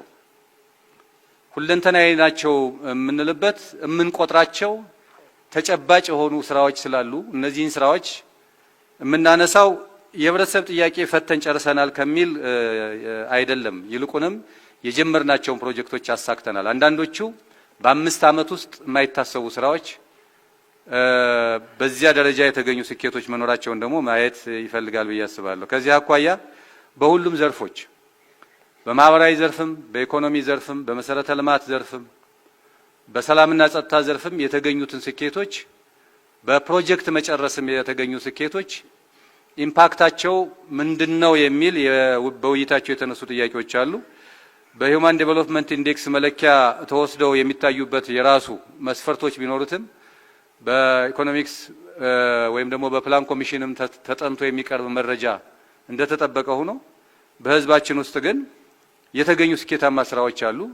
ለህብረተሰባችን በመስራታችን ያገኘናቸው ውጤታማ ስራዎች አሉ። ተናጠል የሆኑ አንዳንዶቹ ላንረዳቸው የምንችልባቸው ነገሮች ካሉ መረጃ መውሰድ ያስፈልጋል። በሁሉም ላይ መረጃ መያዝ ያስፈልጋል። ትምህርት ላይ ያገኘነውን እድገት እንዴት ነው የምንረዳው? በትምህርት ላይ እያደረግን ያለነው ኢንቨስትመንት እንዴት ነው የምንረዳው? ከኬጂ ከፕሪስኩል ጀምረን እየሰራን ያለነው ኢንቨስትመንት ወደየት ነው የሚወስደን? ወደየት ነው ወደ ብልጽግና ጉዞ ሊያሸጋግረን የሚችለውን መሰረት እንዴት ነው እየጣልን የመጣ ነው የሚለውን ማሰብ ያስፈልጋል።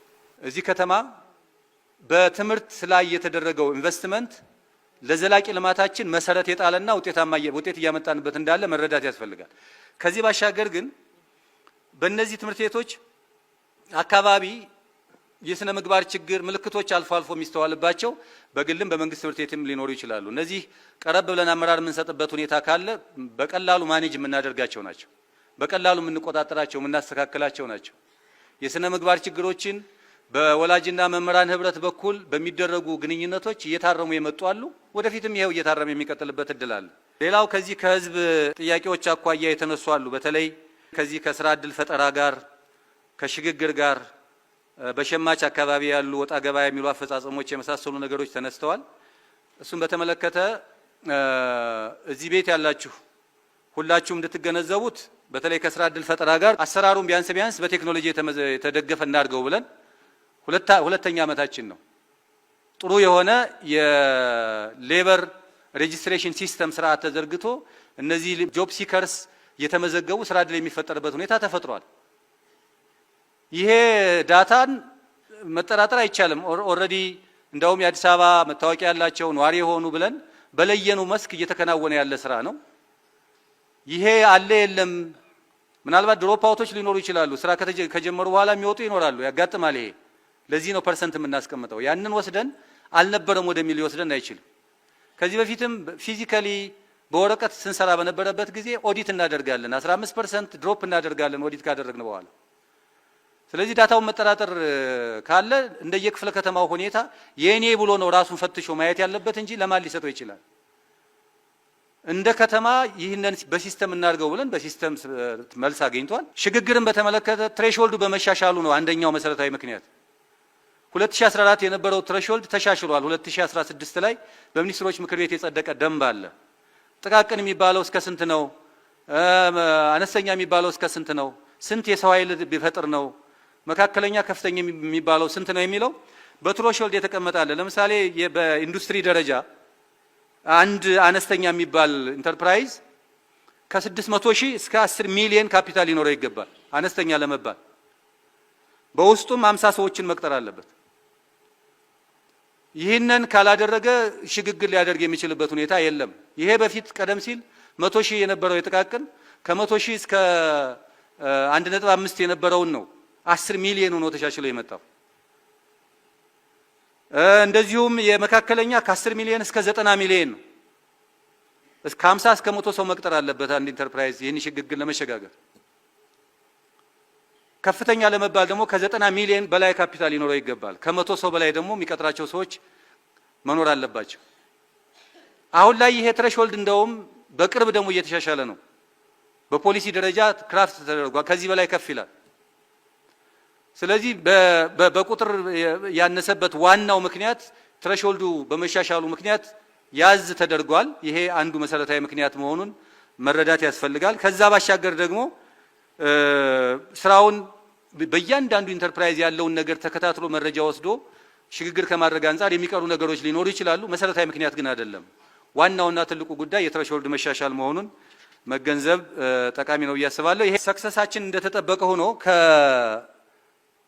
ቻሌንጆቻችን ምንድናቸው ላለፉት 5 ዓመታትም አሁንም ብለን ካነሳን አሁንም በአመራራችን በኩል የሚስተዋሉ ጉድለቶች አንዱ ነው ብዬ የማስበው ከአገልግሎት አሰጣጥ ጋር ያለንን ችግር በቴክኖሎጂና በሞሰብ አገልግሎት ለመመለስ ያለን ጥረት እንደተጠበቀ ሆኖ ተቋማት በሁሉም ተቋም በሚሰጡ አገልግሎቶች የህዝብ እርካታን አሳድገናል ወይ ካል አሁንም የሚቀረን ነገር እንዳለ መገንዘብ ያስፈልጋል። ሌላኛው ሌብነትና ብልሹ አሰራር ነው።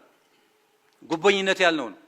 በአንድ በኩል ይሄ ስርዓቱን በሚመለከት ትልልቅ ኢንቨስትመንቶች እዚህ ከተማ ላይ እየዋሉ ያሉት ለፕሮጀክት እየሰበሰብነው ያለውን ሀብት ኢንቨስት እያደረግን ያለነው ለመሰረተ ልማት ነው፣ ለካሳ ክፍያ ነው፣ ለቤት ልማት ነው፣ ለመንገድ ለድልድይ ግንባታ ነው። ብዙዎቹ አምራቾቻችን ብዙዎቹ ኮንትራክተሮቻችን የኛ ናቸው። ብዙዎቹ አቅም ሆነውን ደግፈውን ያለ ክፍያም በአድቫንስ አንከፍላቸውም እየሰሩ ገንዘብ ከሰበሰብን በኋላ ኢሚዲየትሊ እየከፈልናቸው ነው እየለማ ያለው የከተማ። ይሄ በአንድ በኩል መያዝ አለበት። ከዚህ አኳያ ሀብትን በአግባቡ ከመጠቀም አኳያና ለስራ ከመዋል አኳያ ይሄ ከተማ ፓራዳይም ሽፍት ነው የሚለውን መውሰድ ያስፈልጋል። ይሄ በፕሮጀክት ይሄ በአበል ይሄ በልምድ ልውውጥ በመሳሰሉት ነገሮች ምን ያክል ገንዘብ ኢንቨስት ይደረግ እንደነበረ የነበራቸው አመራሮች በተናጠል ታነሱልናላችሁ።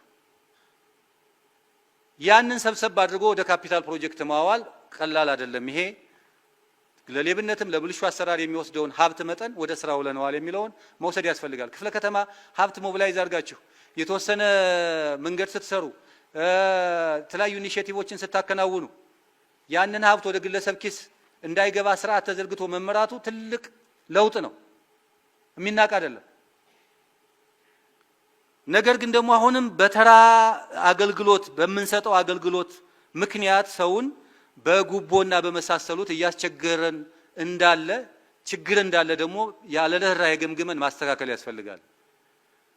ሌብነትና ብልሹ አሰራር አለ ስንል በትልቁ ግዙፍ የሆነ ትልልቅ የካፒታል ፕሮጀክቶች የሚዘረፉበትን እድል መዝጋት የቻለ ከተማ በጥቃቅን በሰርቪስ በመንሰጣቸው የሚደረጉ የሌብነት መንገዶችን ማረምና ማስተካከል ደግሞ ይገባል። መጨረሻ ላይ ማነሳው ከዚህ ከአንዳንዶቹ ስራ በማዘግየትም ጭምር ለሌብነትና ለብልሹ አሰራር ምክንያት ይሆናሉ። ከዚህ በፊት ገምግመን ለምሳሌ የአርሶ አደር ይዞታን በሚመለከት እናጠናቃለን። ነገር ግን እጃችን ላይ ይዘን የምናንከባለልበት ምክንያት አንዱ ለሌብነት ምክንያት መንገድ የመፍጠር ጉዳይ ነው። የአርሶ አደሩ ኢንቨስት የሚያደርግበት የህግ ማዕቀፍ አለው። እሱ ተግባራዊ እንዳይሆን ለምን እንጎትተዋለን? ማን ነው የዚህ ችግር ባለቤት? መገምገም ማስተካከል ይፈልጋል። እነዚህ አይነት ነገሮችን ማረምና ማስተካከል ከተቻለ ከአብዛኛው ሰክሰስ የበለጠ ስለሆነ ውጤታማነቱ የበለጠ ስለሆነ እነዚህ ማይነር ችግሮችን እያረሙ እያስተካከሉ መሄድ የሚቻልበት እድል አለ የሚል ሐሳብ ነው ያለኝ።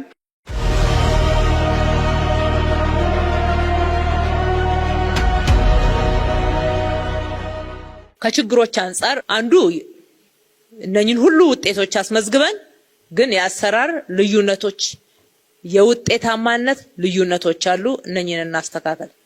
በጣም የውጤታማነት ልዩነቶች አሉ። ለውጥ ላይ እያደገ የመጣውን ጽዳትን በሚገባው ቅድም አንስቻለሁ። እሱ እንደተጠበቀ ሆኖ ጽዳትን ባህል እናድርግ። ጽዳት ማህበረሰቡ ባህል ያርገው። በቃ እውነት ነው። ቆሻሻ ኮሪደር የለማ ቦታ ላይ አይጥልም ሰው። ከጣለም መንገደኛው መኪናው ሁሉ ክላክስ ያደርጉባቸው አይታችሁ ከሆነ ያስነሳሉ፣ ጮሆ ያስነሳሉ። እስከዚህ ድረስ በጣም ያደጉ እናያለን። ግን አሁንም ባህል እናርግ። ግድ የለም ኮሪደር ሄዶ በር እስከሚያንኳኳ ድረስ ሰው በሩን የማያጸዳበት ተገቢ ስላልሆነ ጽዳትን ባህል ማድረግ ያስፈልጋል ማለት ነው። እዛም እዚህም የሚታዩ በሁሉም ውጤታማነት ስራዎች ላይ አንድ አይነት አሰራር፣ አንድ አይነት በጀት፣ አንድ አይነት የሰው ኃይል፣ አንድ አይነት መዋቅር መድበን አሰራሩ በጣም ይራራቃል፣ ውጤታማነቱም ይራራቃል። ይሄንን ማቀራረብ የእያንዳንዱ አመራር ቀጣይ ቤት ስራ ነው ማለት ነው። የተወሰነ ስራ ሰርተን በዛ ብዙ ረክተን ከመጨፈር መውጣት አለ። አልፎ አልፎ ነው እሱ የሚታየው፣ ግን እሱም ቢሆን የሚናቅ ስላልሆነ ነው። አንዱ ራስ ምታት አዲስ አበባ ላይ የመረጃ አያያዝ ችግር ነው።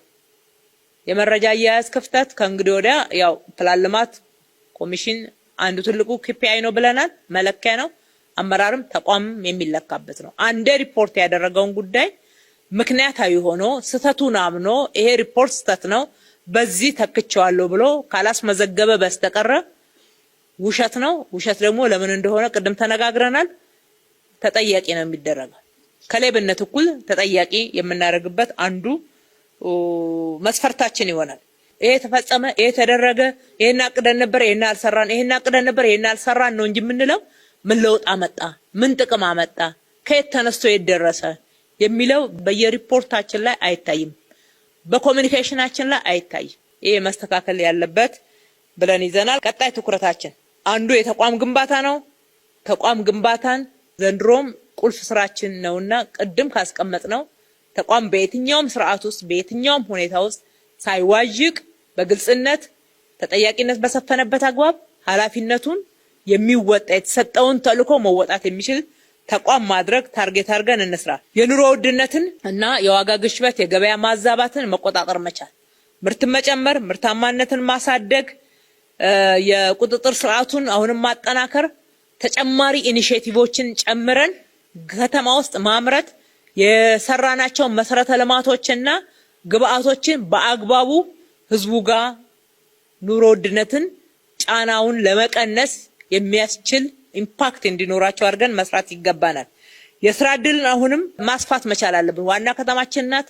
ቻሌንጅ ላይ አንዱ ፍልሰት ነው። አገልግሎታችንን በተሟላ ሁኔታ ህዝብ ጋር እንዳናደርስ የሚያደርገን በተለይ ትራንስፖርት አገልግሎት የመሳሰሉትን በጣም ጫና አለው። ነገር ግን የሀገሪቱ ዋና ከተማ እስከሆነ ድረስ በአንድ በኩል ፍልሰትን እንዴት እንግታ የሚለውን እንደ ሀገር የምንነጋገረውን ንግግርና መስራት እናጠናክራለን፣ ትኩረት እናደርግበታለን። በሌላ በኩል ደግሞ በከተማችን ውስጥ የሚንቀሳቀሰው የሰው ኃይል ሰርቶ ገቢ አግኝቶ መዋል ማደር የሚችልበትና ገቢውም እያደገ መሄድ የሚችልበትን ደረጃ ማሳደግ መቻል አለብን። ስራ ዕድል በጣም ክትትል ያስፈልገዋል፣ ድጋፍ ያስፈልገዋል። ማብቃት አለብን። ግራጁዌት እንዲያደርጉና ወደ ኢንዱስትሪ እንዲገቡ ማስቻል አለብን። ከተማ ማደስ ይቀጥላል። የከተማ ማደስ ስራችን ተጠናክሮ የሚቀጥል ስራ ነው የሚሆነው። እነኚህ ሻንቲ የሚባሉ አካባቢዎች በብዛት አሁንም እየተስተካከሉ የቤት ልማት ፕሮግራማችን ተጠቃሚ የሆኑ አካባቢዎች ለመኖር ምቹ ጤናማ የመኖሪያ አካባቢ የሆኑ እንዲሄዱ አዲስ አበባን እኛ ታርጌታችን ለማዳረስ ስለሆነ በዛ እናስበው። የቤት የትራንስፖርት የውሃ የመንገድ አቅርቦት ማስፋት ላይ አሁንም ትልቁም በጀት የመደብነው እዛ ነው። አሁን በስፋት እንሰራለን። በተለይ የፍሳሽ ስርዓቶቻችንም በዛው ልክ ትኩረት ይሰጣቸዋል። የሰው ተኮር ስራዎቻችን ተጠናክረው ይቀጥላሉ። ማህበረሰቡን ማሳተፍ ተጠናክሮ ይቀጥላል። በጎና የህብረተሰብ ተሳትፎ ስራችን ተጠናክሮ ይቀጥላል። እስካሁንም የሰራናቸው ስራዎች ብቻችንን አልሰራንም። ማህበረሰቡን አሳትፈን የልማት አጋሮቻችንን በስፋት አሳትፈን በየአመቱ ማህበራዊ ኃላፊነቱን እንዲወጣ አሰራር ዘርግተን ስለሆነ እስካሁን ለተሰራው ለህዝባችንም አብረውን ለሰሩትም ትልቅ ክብር አለን። ለወደፊትም አጠናክረን እንቀጥላለን። ሌላው አጠናክረን የምንቀጥለው የአመራር ግንባታችን ነው። የአመራር ግንባታ በስልጠናም በስነ ምግባርም በብቃትም ስብዕናውም ከፍ ያለ አመራር ይኖረን ዘንድ አንዱ ትልቅ ትኩረት አድርገን የምንሰራበት ነው። ብዙ የምንሰራባቸውን ፓኬጆች ቀርጸናል፣ እየተገበርን እንሄዳለን። ጠንካራ መንግስት መመስረት መቻል አለብን። ከፊታችን የመንግስት ምስረታ ያለው ጠንካራ መንግስት ከ2014 እስከ 2018 በሰራነው አይነት ሳይሆን ከዛ አልቀን መስራት የምንችልበትን አቅም ለመፍጠር ጥረት የምናደርግበት ነው። ግልጽነትና ተጠያቂነትን ማስፈን ተጠናክሮ የሚሄድ ይሆናል። የኮሙኒኬሽን ስራዎቻችን ሁሉ በደንብ ለህዝቡ መረጃ የሚያደርስ የመንግስት ማብራሪያ ብቻ ሳይሆን ማህበረሰቡ የሚጠይቀውን ማህበረሰቡ የሚፈልገውን ጭምር አየር ላይ ያዋልን በሁለቱ መካከል ሚዛን እየጠበቅን የበለጠ ስራዎቻችን የህብረተሰብ ድጋፍ እንዲኖራቸውና ህብረተሰብና የመንግስት ትምምኑ ከዚህ በላይ የላቀ ውጤታማነቱ ደግሞ በጋራ ሁላችንንም ተጠቃሚ የሚያደርግ እንዲሆን አድርገን እንመራለን። ስላዳመጣችሁን እጅግ አድርገን እናመሰግናለን። ፈጣሪ ኢትዮጵያና ህዝቦቿን ይባርክ።